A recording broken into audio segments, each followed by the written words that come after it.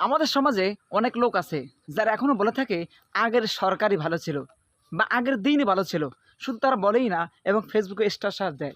আসলে তারা কোন প্রেক্ষাপট নিয়ে বলে যে আগের সরকারই ভালো ছিল, আগের আমলই ভালো ছিল? কোন প্রেক্ষাপটটা নিয়ে তারা এই কথাগুলো বলে থাকে? আসলে সম্ভবত মনে হয় এদের আগের সরকারের সময় কিছু কিনে খেতে হয় নাই নিজের।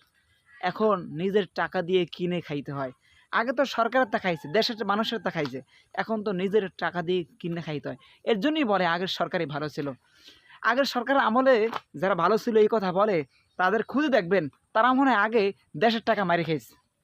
আর এখন তো দেশের টাকা মাইরে খাইতে পারে না। হ্যাঁ, বন্ধ হয়ে গেছে। আগে তো রাস্তার টাকা মাইরে খাইছে, এখন তো রাস্তার টাকা মাইরে খাইতে পারে না। ঠিক আছে?